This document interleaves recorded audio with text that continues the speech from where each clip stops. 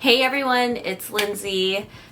If you guys have been following me on my channel, I have been pregnant for pretty much most of 2023 and I've been doing pregnancy update videos. We are concluding that series with labor and delivery because yes, I had my baby. I was gonna include her in this video, but she's sleeping really well right now and I don't really want to disturb her. So you guys just got me. There is a lot to talk about. It ended up being a pretty wild day, and as you can tell from the title, my delivery ended up being a unexpected C-section.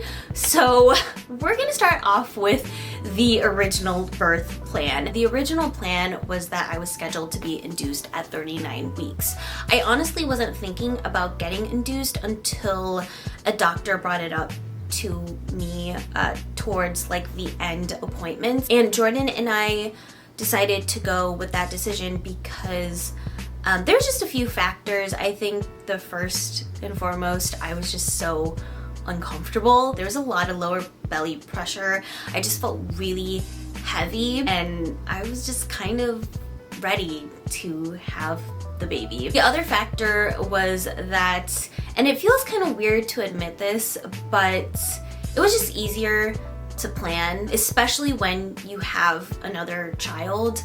We live like an hour away from the hospital, and because it is my second baby, you always hear that it's a lot quicker after you have the first baby. I was truthfully terrified to give birth in the car if we didn't make it in time to the hospital. And the last reason it kind of stems off from that is that it was also just easier for Jordan to take time off because he does get paternity leave, and it's a whole formality with his company on processing all of that. So it was just easier for him to know the date ahead of time to give his company to start his paternity leave. So I know he was kind of leaning more towards that and wrapping things up with work before he heads out. I also felt more comfortable getting induced because they were gonna hook me up to Pitocin, which helps kind of speed things up.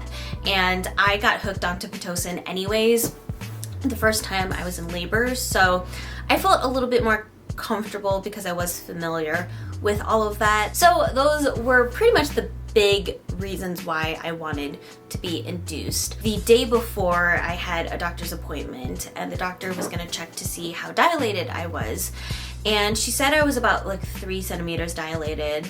She said that the baby was head down. So the big day arrived and Jordan and I slept over at my parents' with Cammie, and we went to the hospital early in the morning. We checked into our room, met the nurses, and before they were gonna start the Pitocin, they had to scan to see the placement of the baby. And so the doctor was checking and Jordan and I started to get a bad feeling already because she was like, the doctor said that the baby was head down, and we're like, yes. And she still kept looking. Eventually she was like, the baby ended up flipping. So our baby was breeched. There were a couple options that they could do. The first one, I believe they called it version or ECV, where they would hook me up to an epidural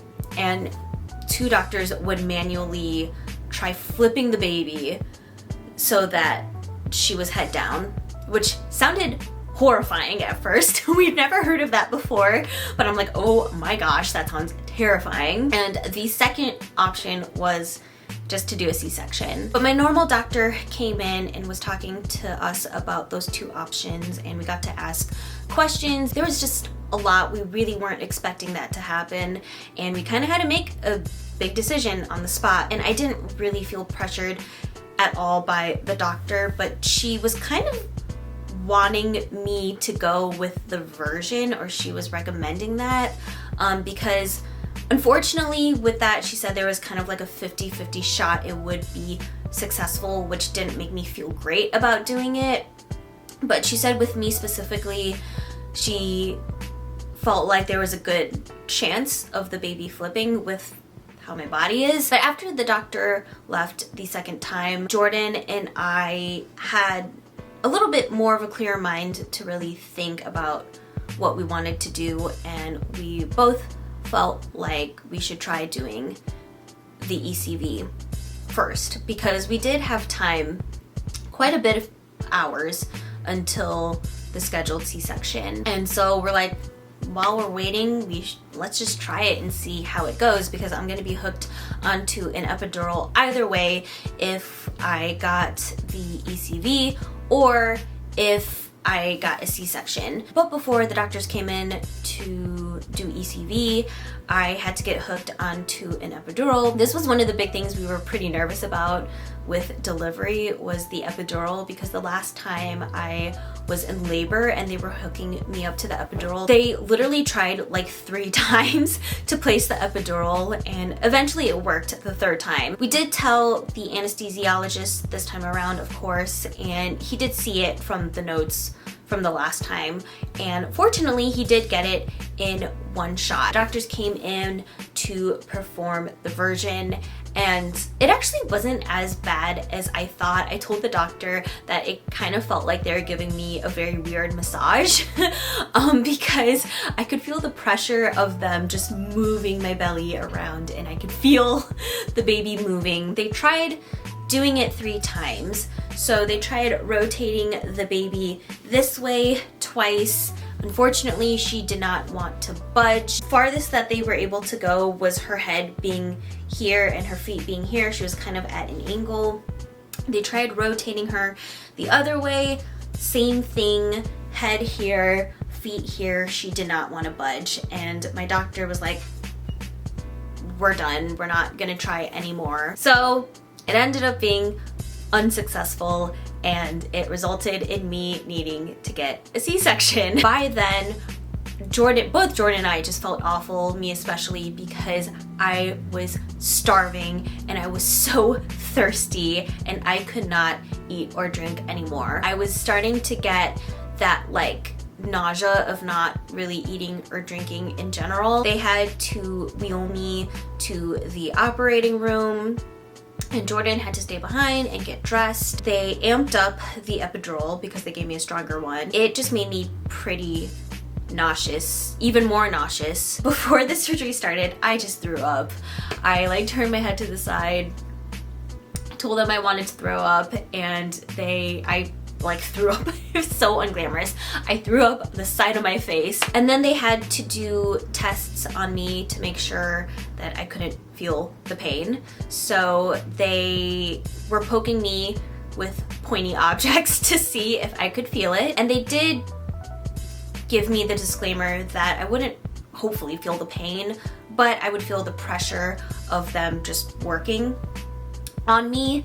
And I was just getting, again, just really stressed out that I've never gotten surgery before, first off, and I was also just really stressed out that I had to be awake for the whole thing. I thought they were gonna operate on me already, and I'm like, wait, is my husband coming in? Because Jordan wasn't in there yet.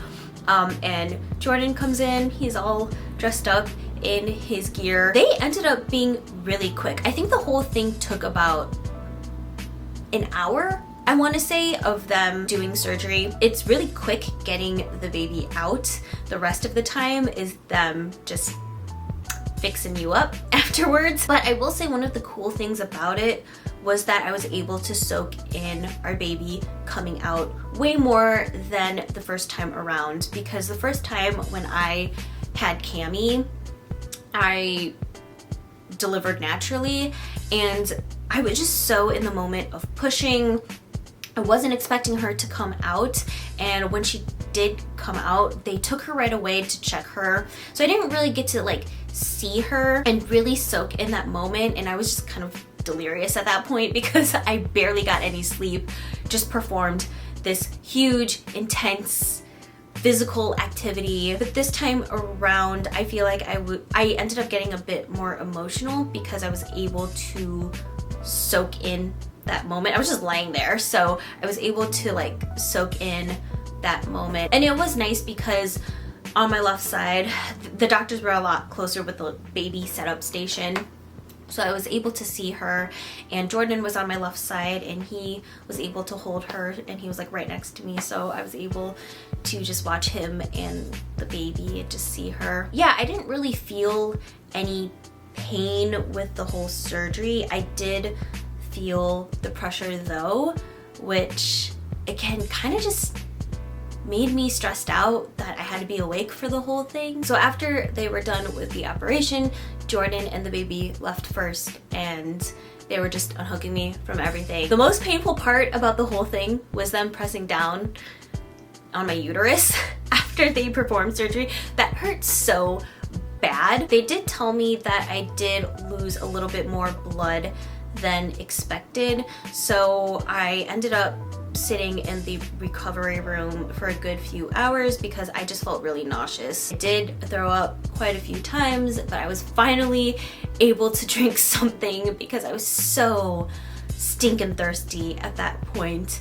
And one of the drinks, I drank water, but I also asked for apple juice, and that was like the best tasting apple juice ever. And so we ended up staying at the hospital for a total of 4 days. One of the things that is hard about a C-section is like during the actual process of it, you don't really feel as much pain as you do with natural delivery, but the recovery is harder. I was just so happy that I had the baby, but it was really rough because I could barely move and I was not feeling good. I was still really nauseous. One of the things that did make me a little bit sad was that, you know, I wanted to get up and take care of the baby and do all this stuff, but I just felt like I could barely move because I just had a major operation done on me. And I feel like recovery has been definitely tougher compared to natural delivery. I don't really remember it as much in the hospital afterwards. I remember being like insanely tired, but I did feel like by the time I got discharged, we stayed a shorter amount of time, but by the time I got discharged with my first delivery, I was able to walk. Like, I didn't really need a wheelchair, and with this one I could still not really move as well. Recovery in the hospital ended up being okay. I could have left the third day we were there. You could either stay 3 or 4 days. By the third day I did not feel ready to be discharged, so we did end up staying 1 more day. I still didn't feel super great in moving the 4th day, but we were just so excited to go back and see Cami because we missed her so much. Yeah, it's been again a week and a half. I feel a lot better now than I did a week and a half ago. That was my whole delivery experience. It ended up being way more wild than the first time around, and it was definitely unexpected, but I do feel really grateful that things